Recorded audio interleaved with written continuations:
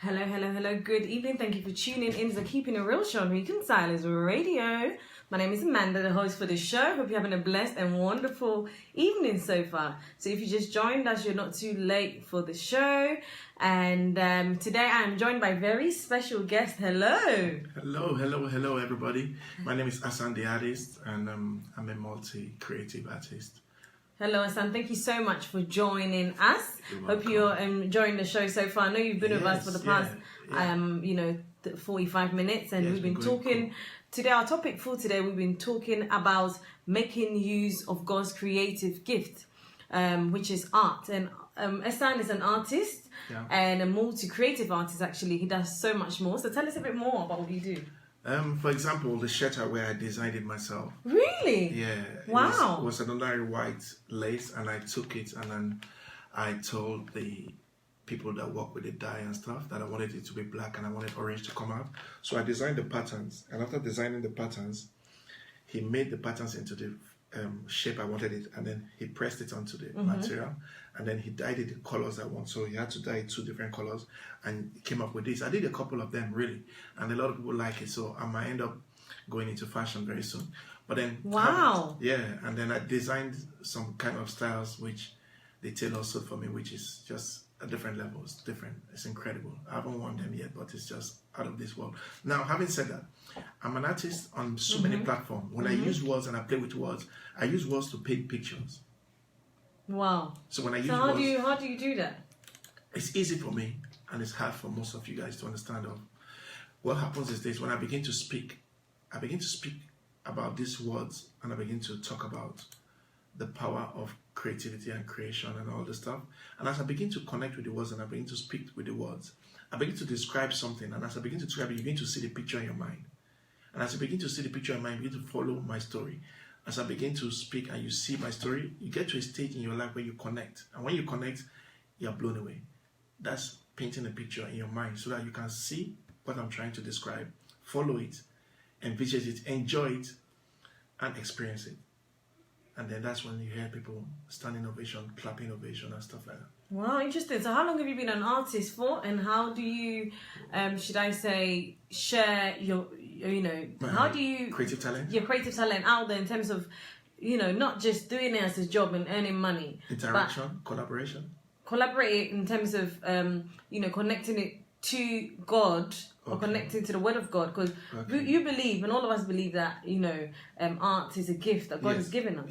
So how do you give it back to Him? Okay, for me, it's many ways, and I feel like I'm a complete artist simply because I use everything to create and give back to Him.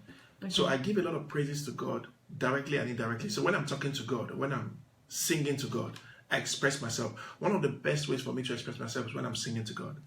When I worship God and I sing to God, when you see me singing a song and you are singing the song, you really think we're just singing, but my mind is not really just singing. My mind is picturing the words, expressing into an image. Into an image.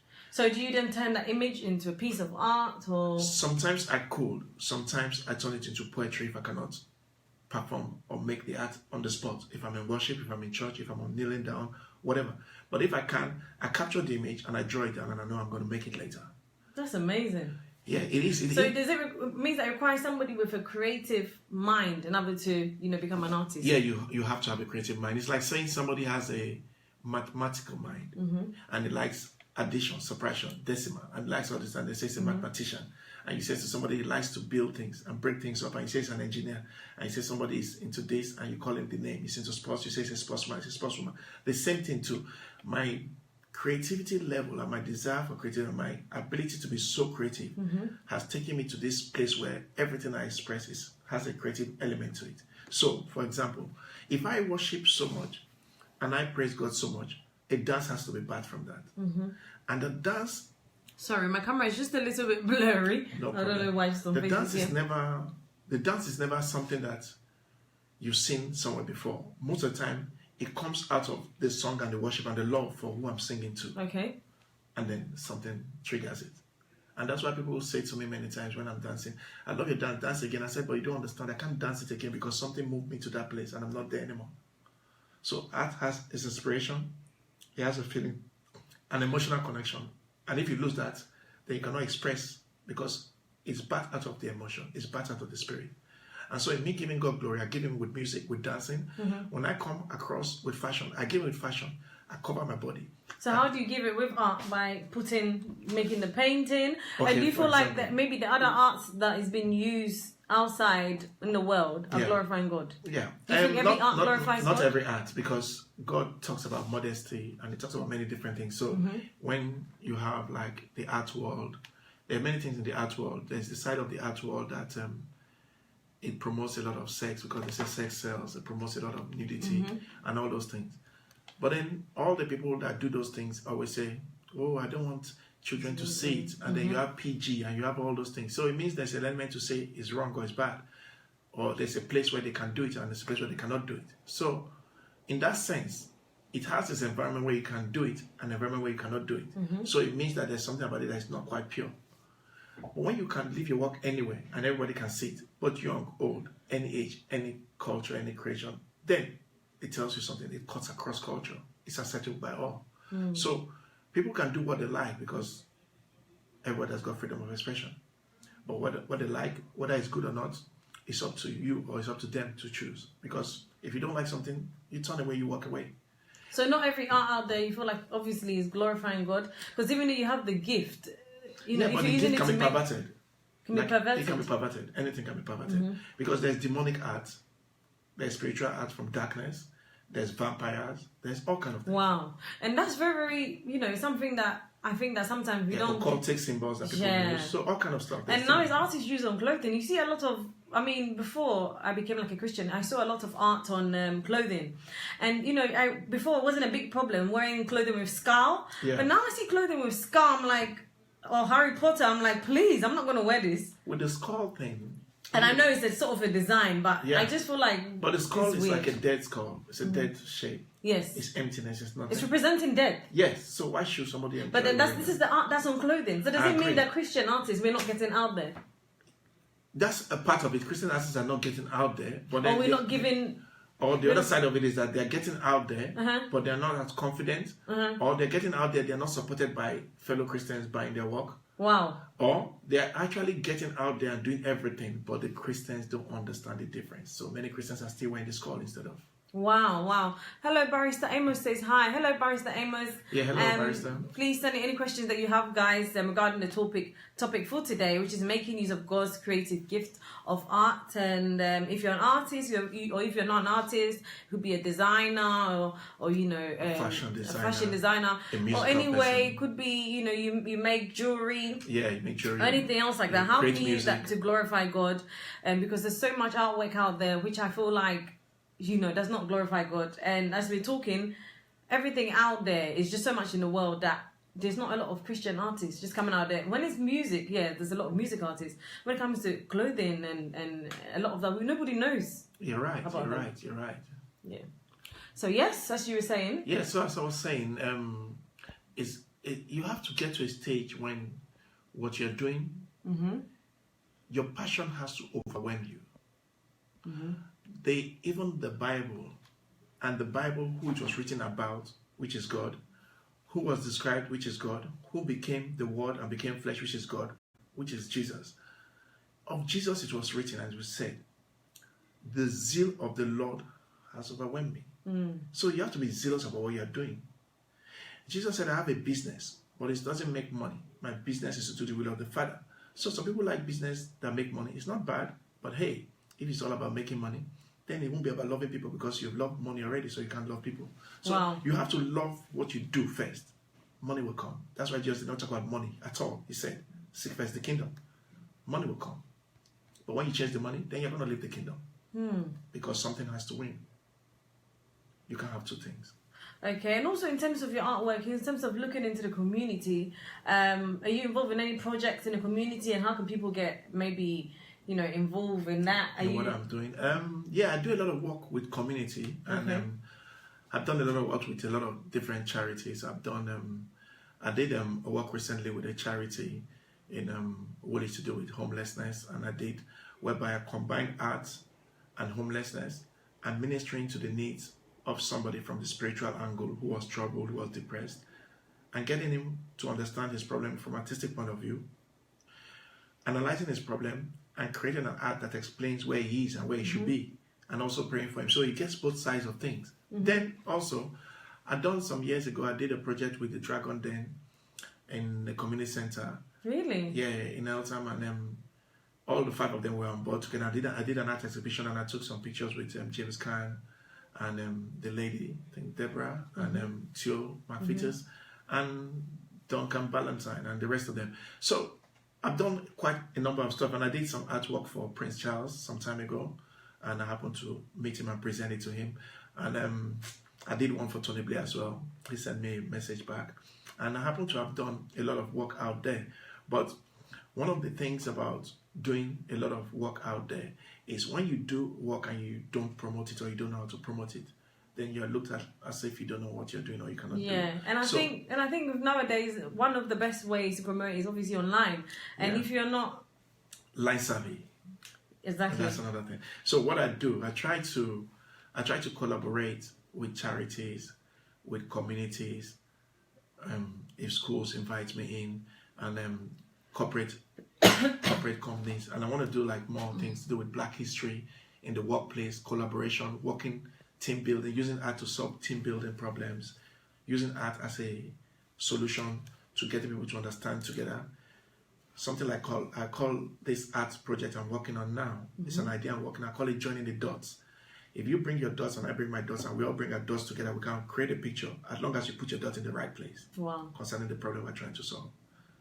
And so if we understand that, we can actually work together, but in a very, very dynamic way, in a very, very creative way, as long as we are willing to listen to each other, dialogue with one another, brainstorm with one another, and the person that has got the creative mind will create around it, and the person that has got the analytical mind will say what they're trying to do, and the other guy will bring it to pass, and when the other guy makes it, somebody else photographs it, and it's just a mixture of bringing so many talents together. Wow. To make one picture. Thank you very much, Blessing, for tuning in, and Kwabena, King Cole, hello, brother, thank you for tuning in as well. Welcome. So, the topic for today is making use of God's creative gift of art, and Asan is an artist, and we're just talking, in detail to do with art in general and how we can use that to glorify God, and also what he's done in the community, and also about his artwork.